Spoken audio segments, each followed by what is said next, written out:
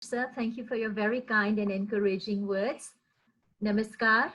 Sarvebhyo Devebhyo. Thank you for being present. I present my heartfelt gratitude, first of all, to Dr. Milin Agarwal, for despite being a busy entrepreneur, has dedicatedly created this platform to facilitate discussion and deliberation on the perspectives of the Bhagavad-Gita. The theme on which I'll be sharing a few ideas today is the ethics in the Bhagavad-Gita. The theme ethics in Bhagavad-Gita being too broad, I'll limit my discussion on duty ethics in Gita. So I would attempt to analyze it from the Western perspective of deontological theory. So in line with the tradition, I would start with an invocation today dedicated to Lord Ganesha. And I must say that it is because of Lord Ganesha only that the Bhagavad Gita has come down to us today. So kindly join me. Vakratunda Mahakaya Suryakoti Samaprabha Nirvignam Kurume Deva Sarvakaryeshu Sarvada. Hari Om. So firstly, I would like to situate the place of, I'll try to share some screens. I hope it works out.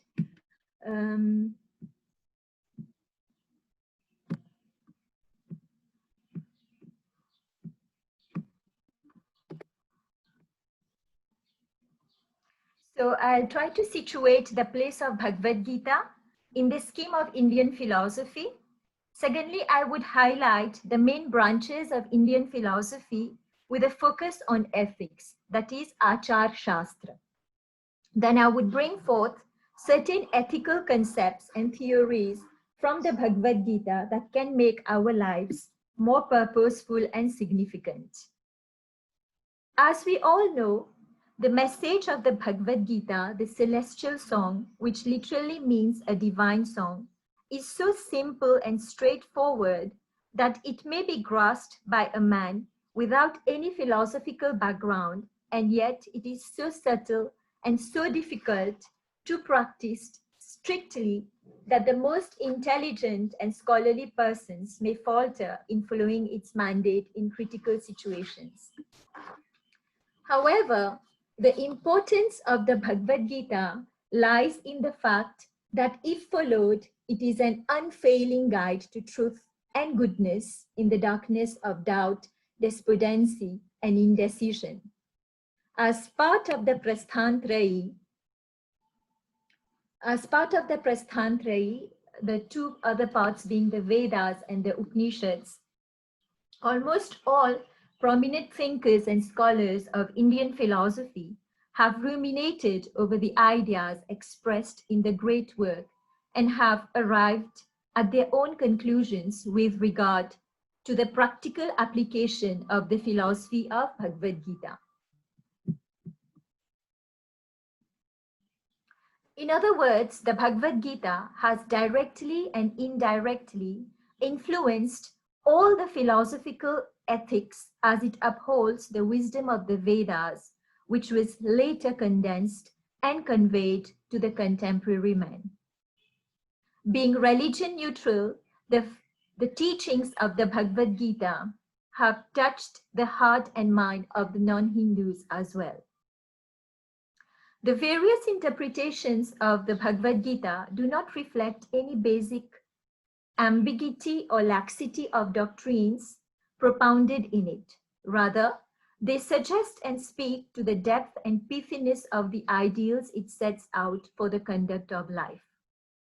It displays a unity among metaphysics, cosmology, psychology, ethics that emanate from two sources: Shruti, that is represented by the Upanishads, the Brahmanas, and the Vedic mantras, and Smriti, represented by Dharma Shastra. What the Bhagavad Gita points out is that there is no conflict between Shruti and Smriti. In other words, there is no conflict between conviction and reason. However, wherever dogmatism and conservatism took hold of the human mind, a degeneration of ethics and stagnation of logic automatically follow. On the one hand, it advocates a life of action and moral duty, and on the other, it makes the aspirant rise above the relative level of empirical experiences to attain what is called the state of stability of the intellect. It may be debated as to whether the Bhagavad-Gita is only an ethical treatise, a metaphysical one, or, for that matter, an epistemological one. The Bhagavad-Gita, the 18 chapters of the Bhagavad-Gita provide a comprehensive account of all the sciences that are closely interwoven in unity. This is the reason why the study and practice of teachings of the Bhagavad-Gita is not limited to a scholar of Sanskrit or to a philosopher, rather open to persons and professionals from all walks of life. Referring to philosophy, for which the Sanskrit word darshan is there, darshan is derived from the verbal root drish, drish meaning the vision of the ultimate reality. So philosophy is mainly divided into three main branches that are metaphysics, epistemology, and ethics. Metaphysics is a compound of two words, meta plus physics. Meta meaning beyond, and physics refers to matter, the physical world. So therefore, metaphysics is that which relates to beyond empiricality. It is rather an inquiry into the nature of the ultimate reality. And that ultimate reality could be Brahman, it could be God, it could be matter itself.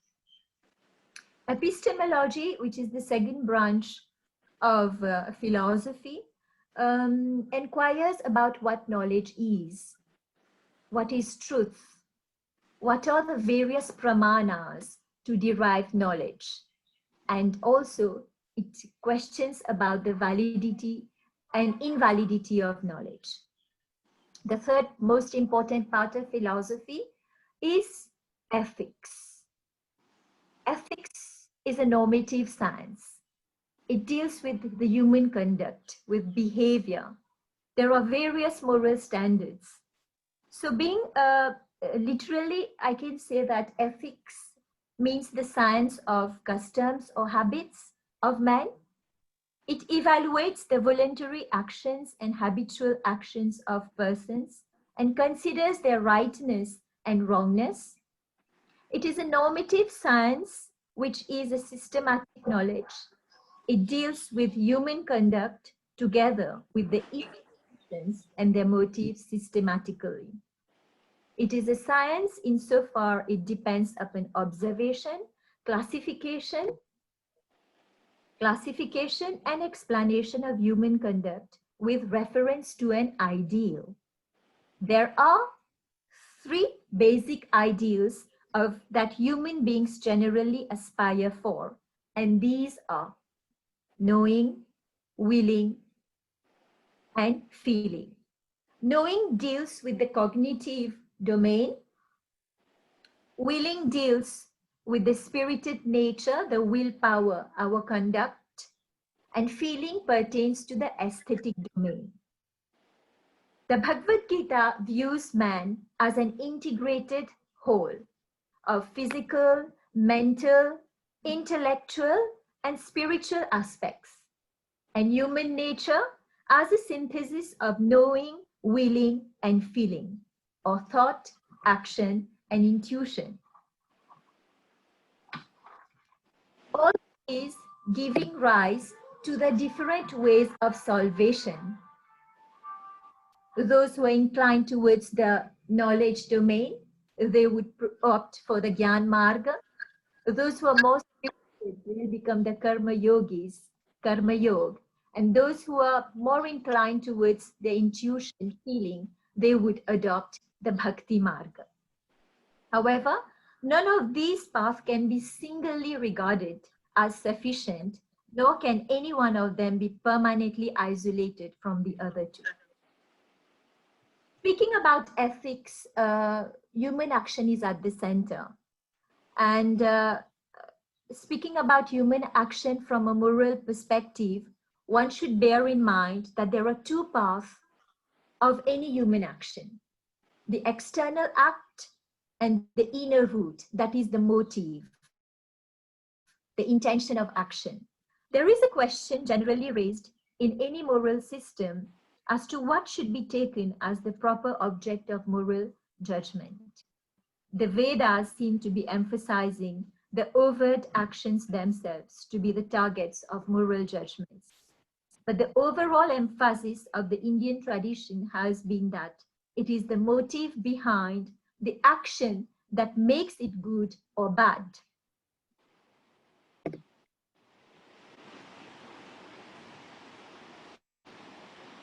There is a subtle analysis in the Indian thought of two basic roots of action, rag and dvesha, and attempts have been made to show that it has always been advised in Indian tradition to get rid of these two. Actions are not to be done with rag and dvesha, but with a sense of non-attachment. It is such actions which are truly moral actions and which pave our way for the highest destiny. We all know that the Bhagavad-Gita opens up with a moral dilemma, what we call the Dharam Sankat. The first verse, Dharma Kshetra Kurukshetra Samaveta Yuyutsavaha Mamakaha Pandavascheva Kima Kurvata Samjaya. O Samjaya, what did my sons and the sons of Pandu do? Having gathered in the field of battle, the field of righteousness, duty, with the desire of war. The battlefield here is referred as the field of righteousness or duty for two reasons. The first is historical and the second is philosophical.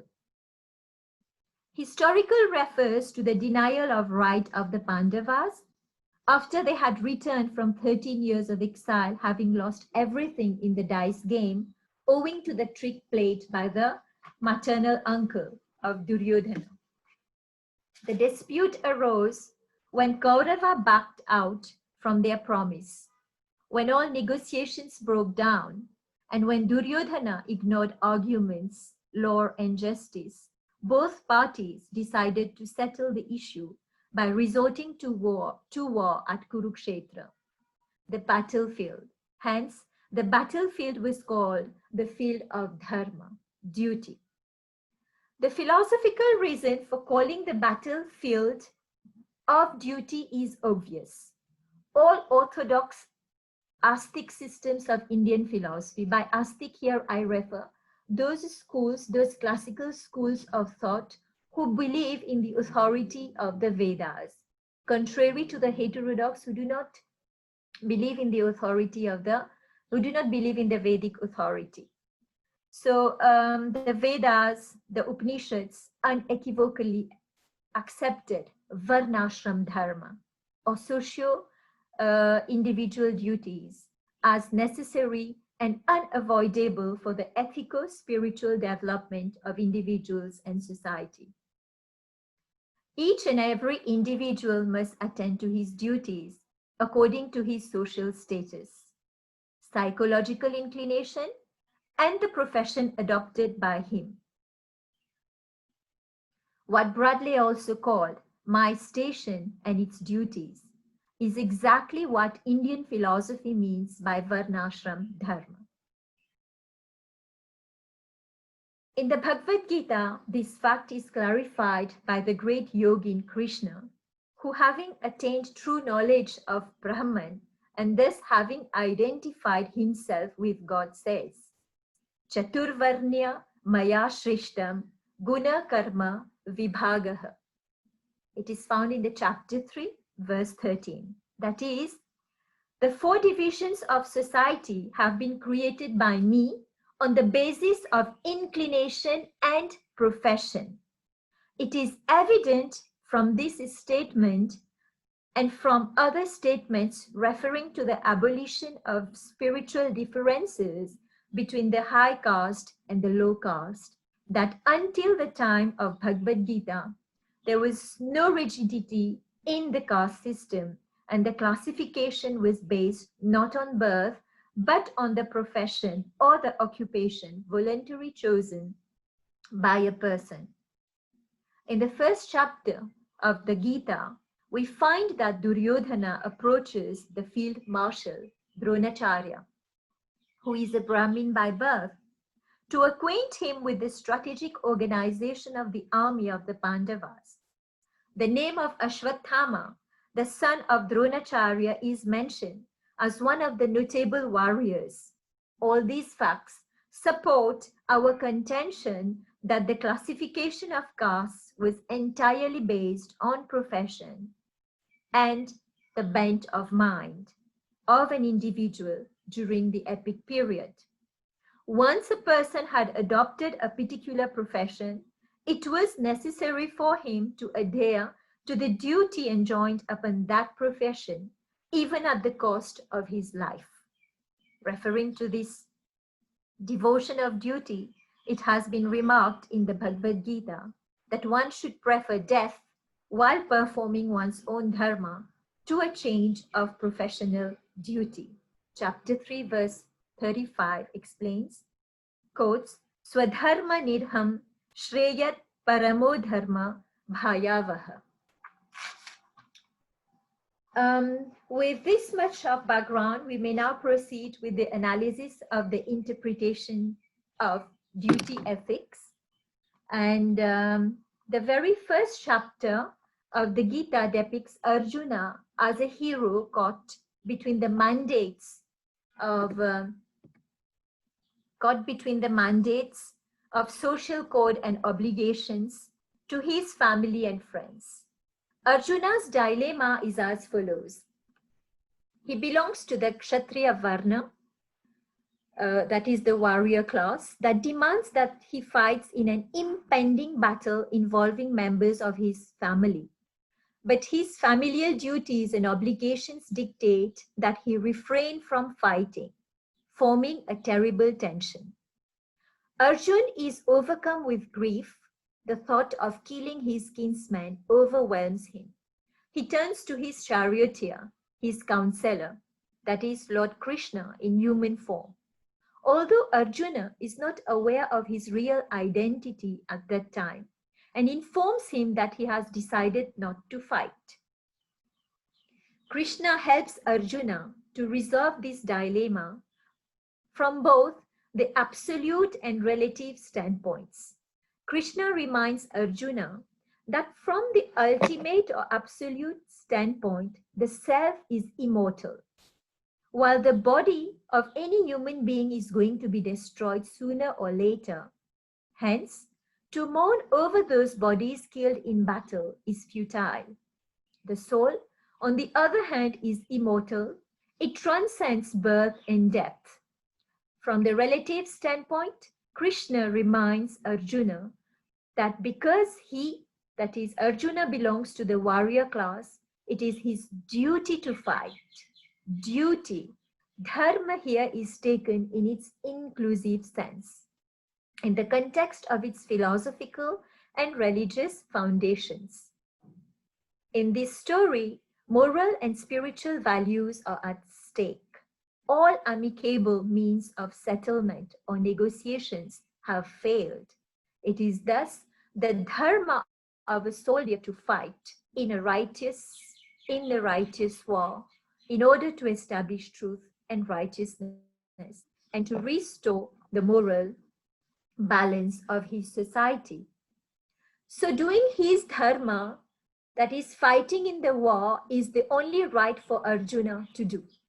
One's dharma must be performed in a spirit of non-attachment to the results of one's actions. The agent should do his dharma for the sake of dharma, not for consequences, which lies very much akin to this maxim of duty for duty's sake.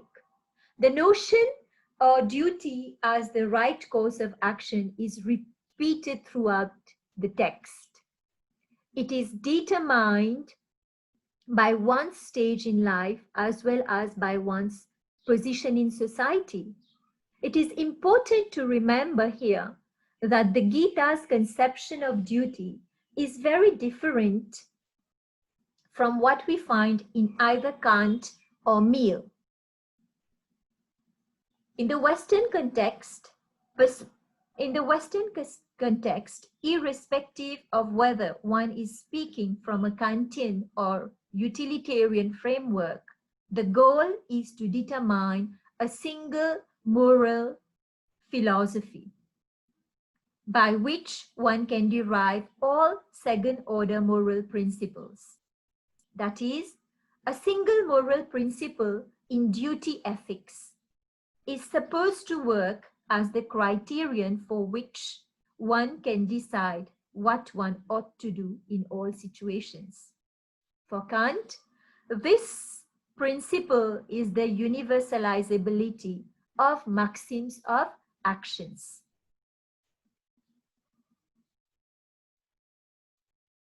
Without contradiction, whereas for Mill, it is the principle of utility. Duty ethics hopes to identify a principle from which all our duties can be derived, thus, so that all our duties are finally applications of this single principle. Thus, whereas in the Western context, norms of human behavior are derived from reason and ought to be met by individuals, Dharma in the Hindu tradition is comprised of rules that have been handed down over generations and are needed for social cohesion. There never has been any absolutely valid set of dharmas at most. The dharmas have constituted a series of markers. However, the decision has had to be made as to how to apply these rules in practice. Dharma has never been imposed a sort of discipline that exacts an obedience, which determines every significant decision that one makes. There has been considerable latitude on this account, and the question of how to reconcile the different dharmic rules has arisen frequently. The rules of dharma are not derivable from a single principle or even from a single set of principles. These rules are learned from scriptures, the only source of true knowledge in the traditional epistemology, and are ultimately individual, and hence, in important sense, manifestly many. Two justifications are traditionally provided for this. First, that Shabda, word, is an infallible source of knowledge. And second, that self-realization is the highest goal of human pursuit. A moral rule in the Hindu context is not a categorical imperative, as mentioned by Immanuel Kant, the German thinker. That is, it is not an unconditional command. And the Gita too supports this view.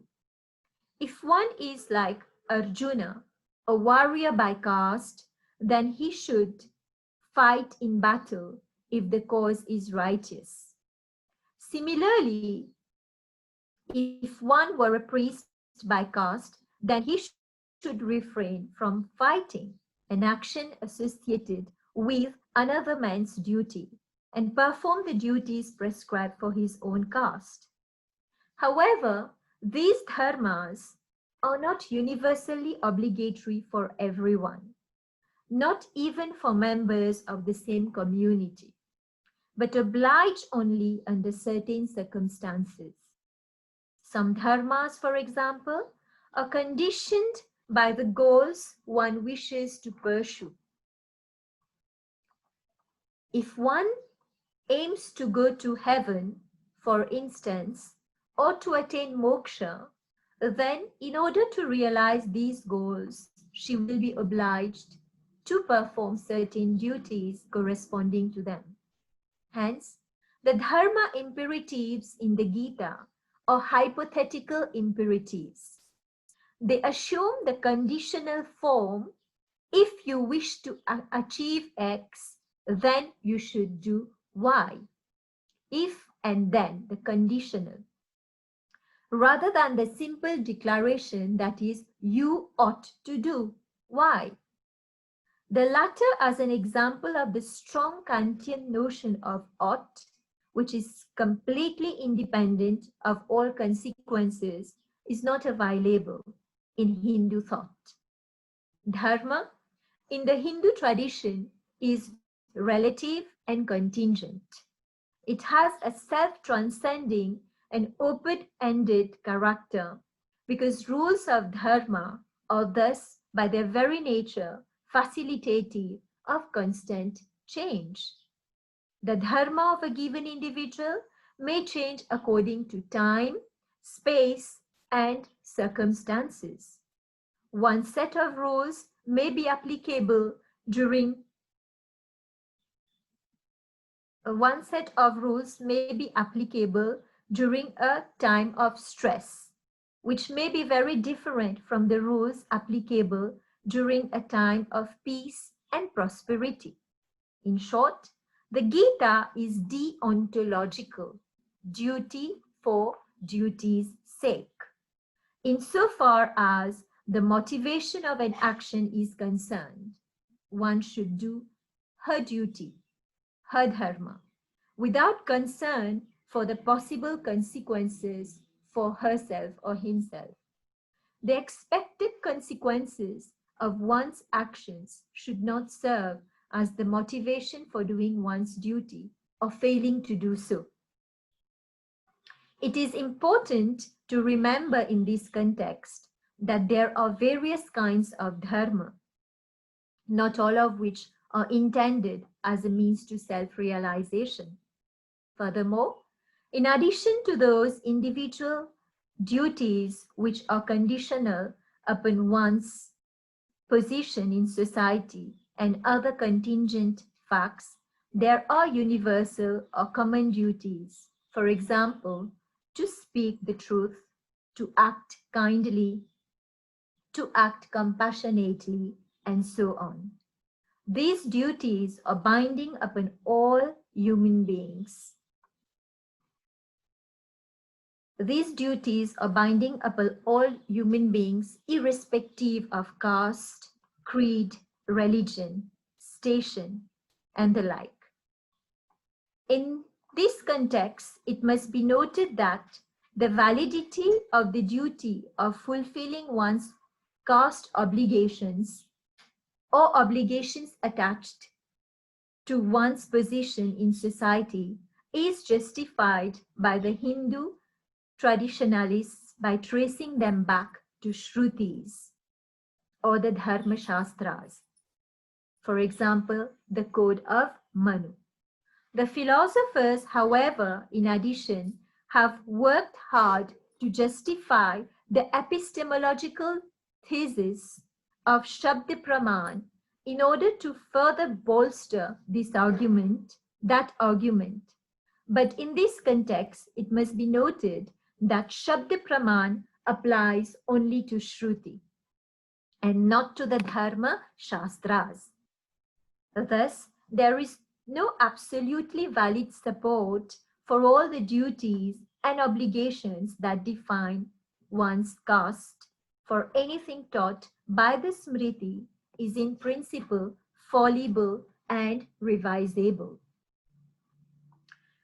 Any pure analytic deduction of obligations from one's position in society has to proceed independently of invoking the support of ancient texts and may have to begin with a conceptual analysis of the roles and functions needed for the preservation of the society.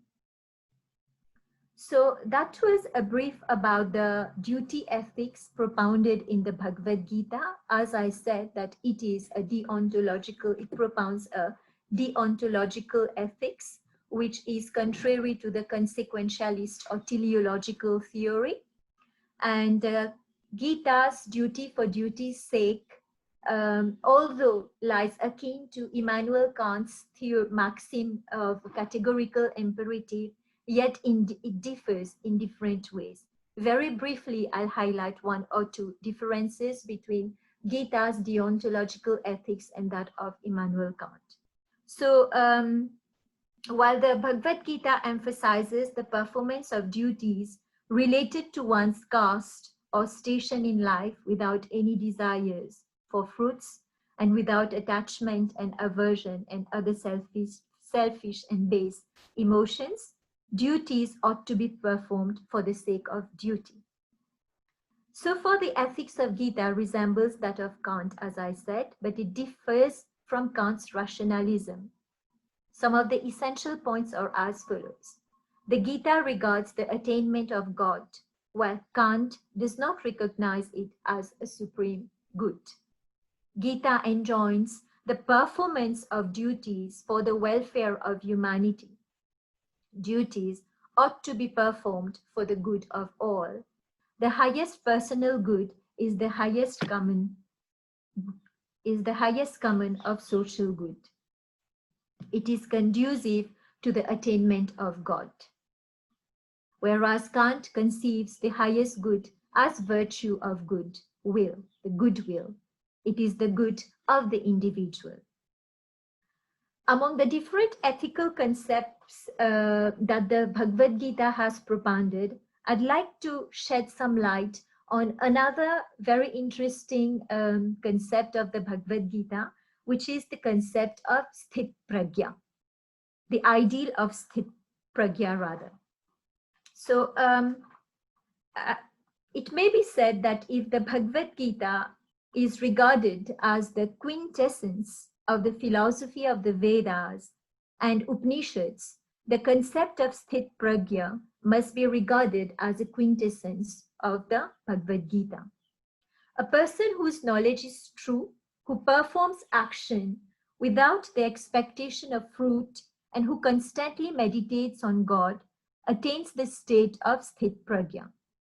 In other words, all these disciplines of knowledge, jnana, action, karma, devotion, bhakti, when followed in an integrated manner, lead a person to the state of established wisdom or intellect. This fact becomes quite clear when we analyze the characteristics of a person attaining sthit pragya as developed in the Gita. So the first prerequisite of sthit pragya is giving up the desires of mind, the sensual desires and base desires, and delighting in one's own self, that is Atman. This latter characteristic should not be understood as selfishness. On the contrary, a person delighted in the self knows that the self is not his body, the mind or intellect.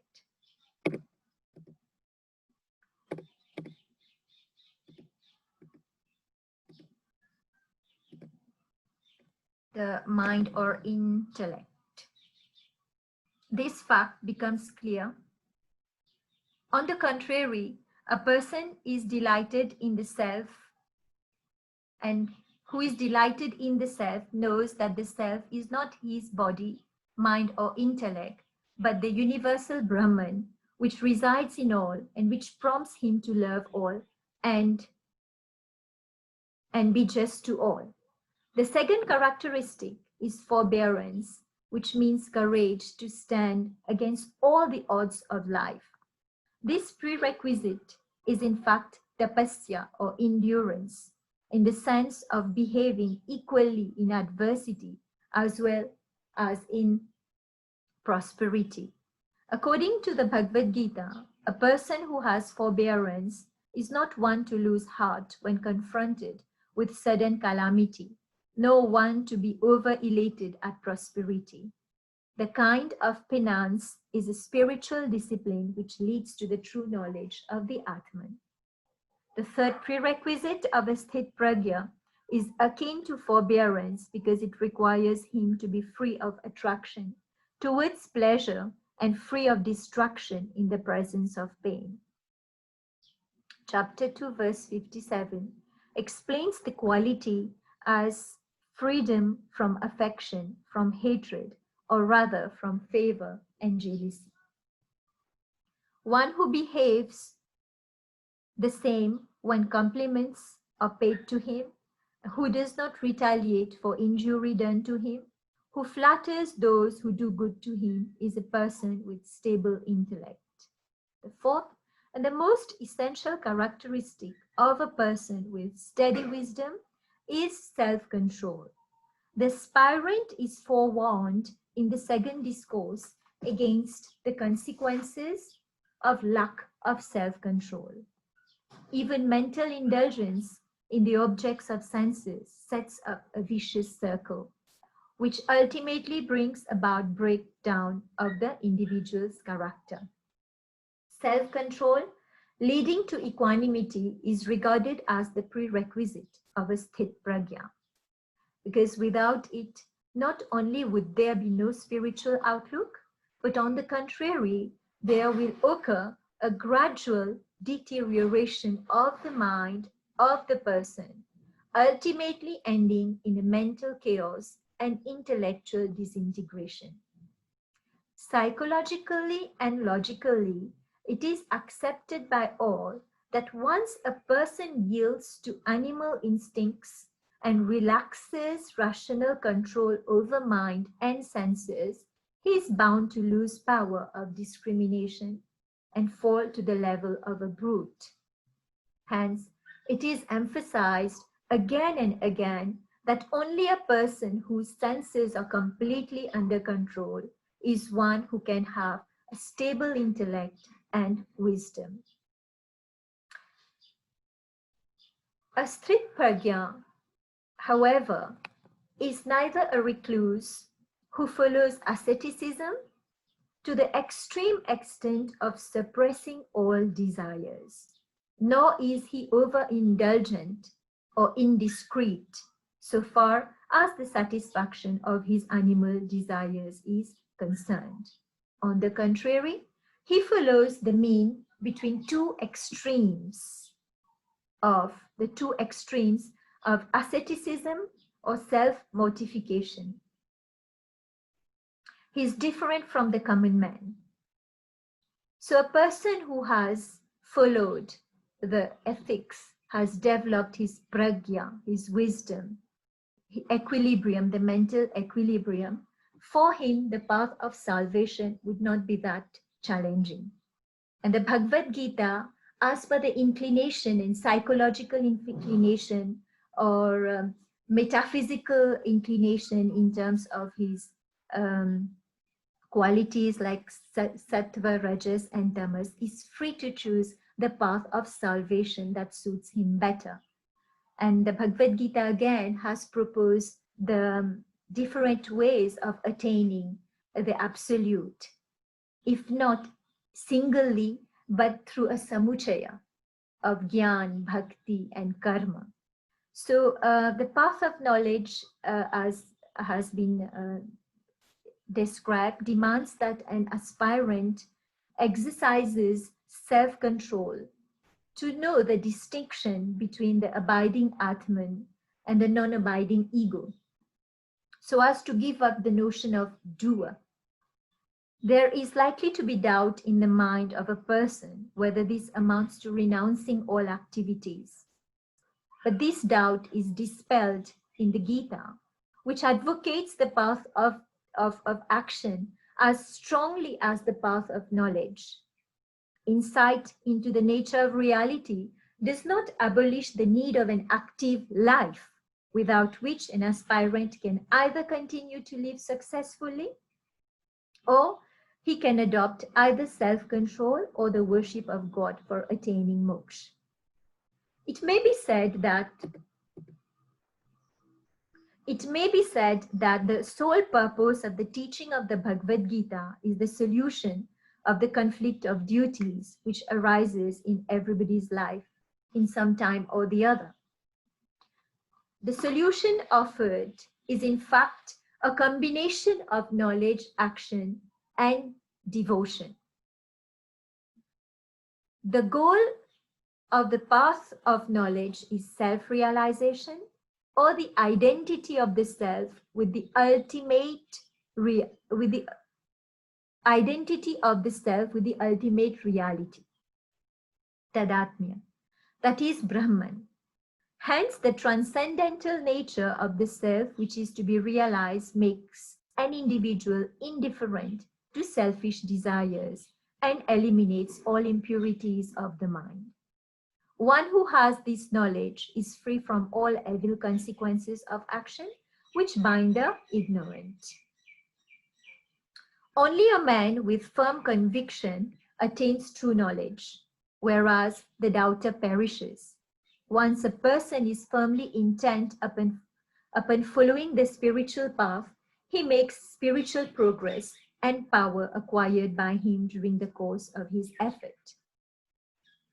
The path of devotion is the easiest and the most efficacious path, for it leads to the knowledge of the supreme reality and makes a yogin capable of exercising self-control because of God's grace. That is the reason why, after expounding various philosophies in life and after acquainting Arjuna with various kinds of yagyas or sacrifices that led a person to moksha, Krishna, who has identified himself with God, ultimately says to his disciple in chapter 8, verse 45.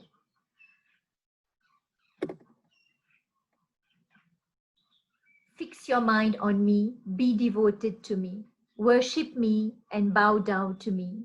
Then you shall come to me. Truly I promise to you, for you are dear to me. However, it is erroneous to hold that the path of devotion frees man from his moral responsibility. There is no doubt that a true devotee keeps the love of God higher than all the relative behests of society and ethics, but this does not mean that he should become immoral. All these actions, all these paths, they purify the soul. On a conclusive note, I'll say that the fact remains that knowledge, action, and devotion go hand in hand, and a person who is intoxicated by the love of God cannot be oblivious to true knowledge and duty, both of which are equally necessary for the aspirant. The crux of the whole problem is that the ethics of the Bhagavad-Gita, like all other ethical philosophies of India, does not divide religion from secular life, nor does it divorce true knowledge from action or from love or devotion. Thank you.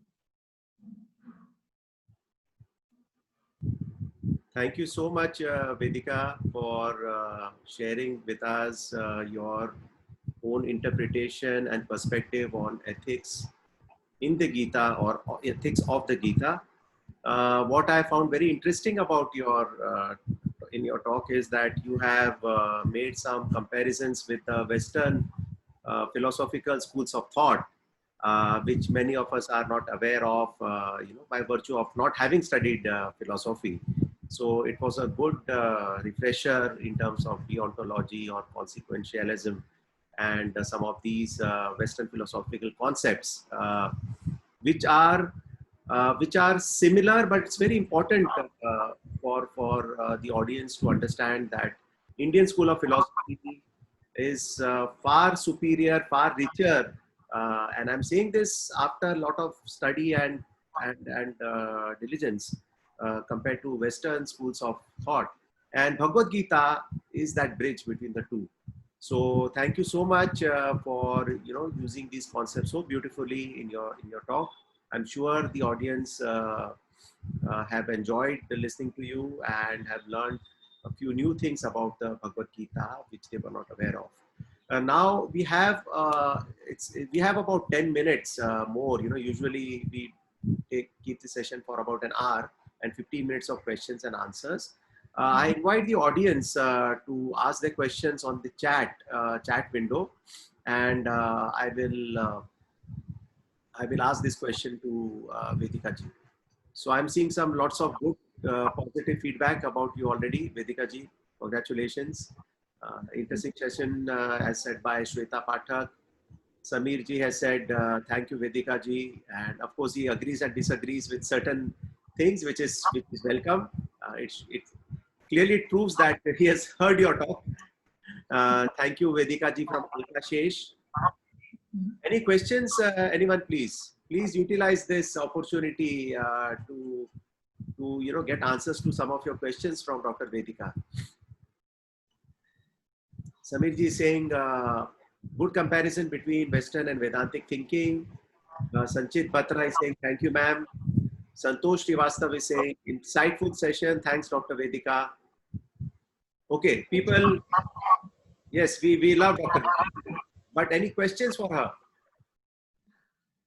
Okay, they are all appreciating, which is good. Mr. Brijesh Saulani has said, he lives in Thailand, by the way, so you have international audience.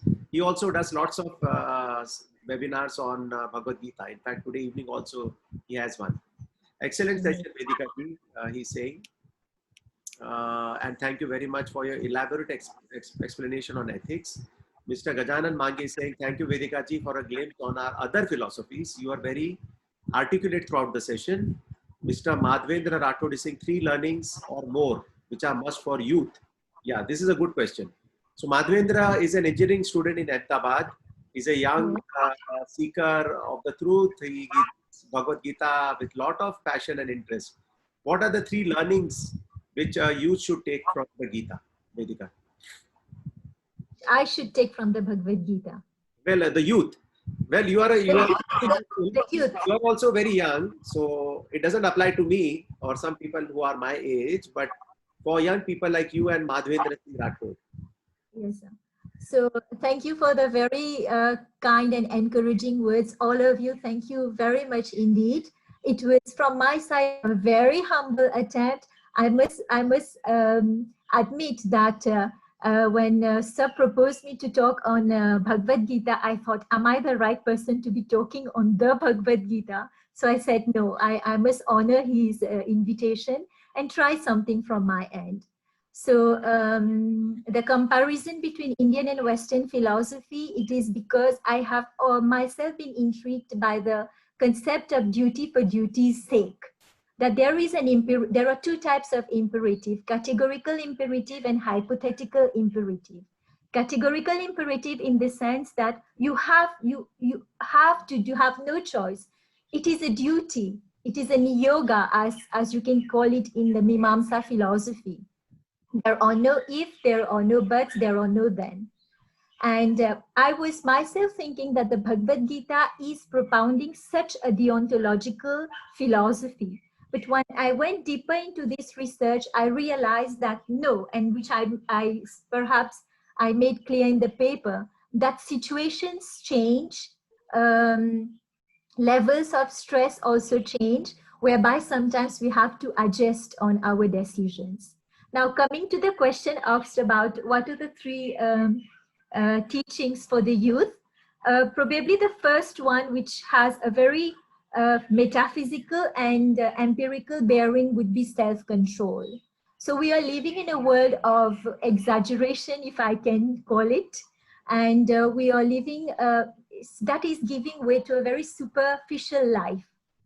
We are living at a very peripheral level also, and we hardly get time to go inside ourselves, to introspect.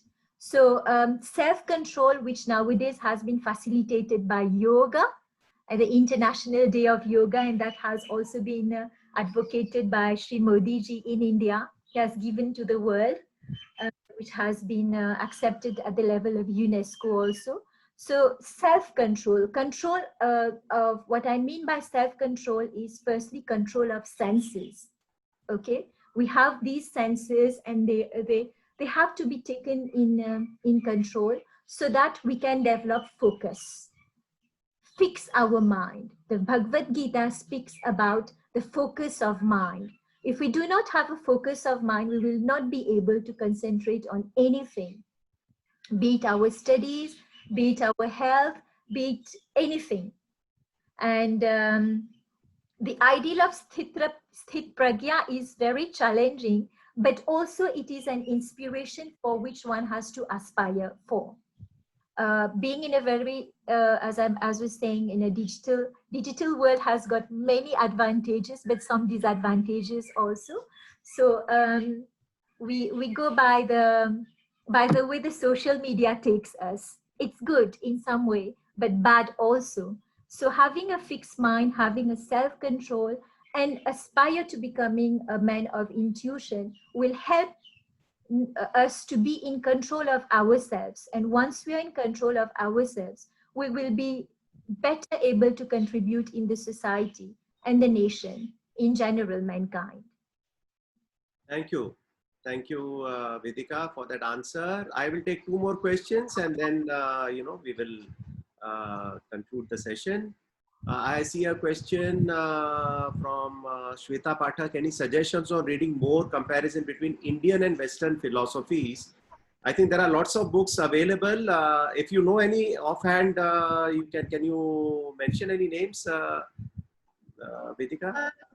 Yeah. In this context, I'd suggest to read Immanuel Kant's groundworks for metaphysics.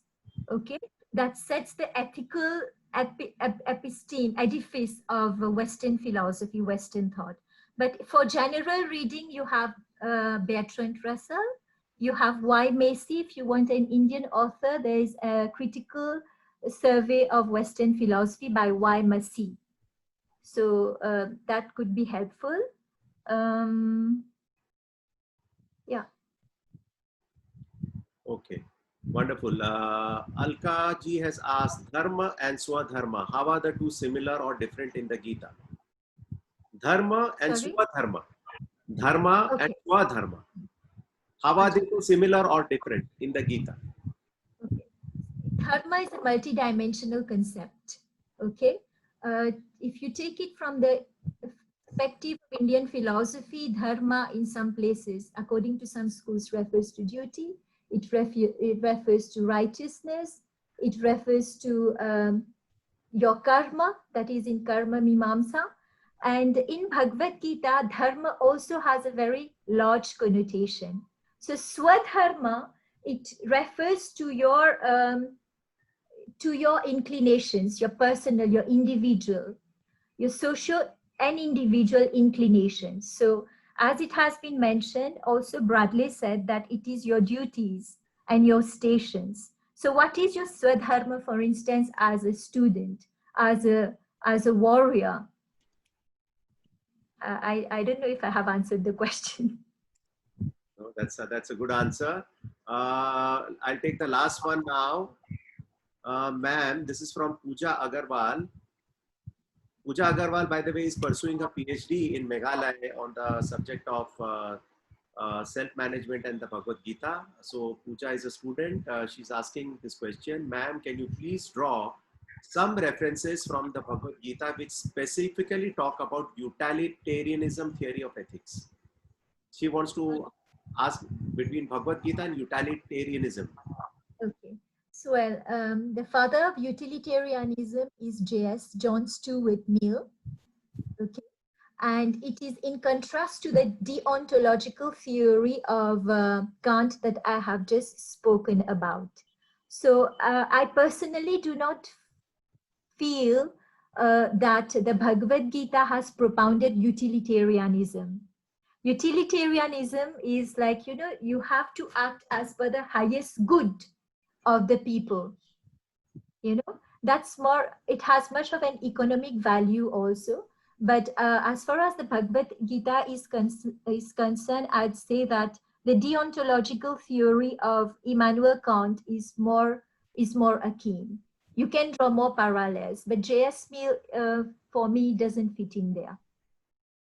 Because it is not, result-oriented. Utilitarianism, the basis is result-oriented. You have to be attached to the result. But here we are practicing nishkam karma. Keep on doing your duty without any expectation or anticipation of results. So this theory of J.S. Mill was also developed by Bentham later, and we have got different forms of it: gross utilitarianism and refined utilitarianism. Wonderful. So I once again, I would like to conclude this session. Vedika ji, thank you so much, and this is so touching. All the way from Mauritius, the miracle of technology that we are able to hear you, listen to your wonderful thoughts, your exposition, and deep insights about Bhagavad-Gita and the correlation with Western philosophy. We're extremely grateful, all the audience today, that you took time and prepared so well for this lecture. So thank you once again, and Hari Om. Thank you. Hari Om. Thank you very much for being patient with me and for giving me this opportunity. Thank you, Hari Om.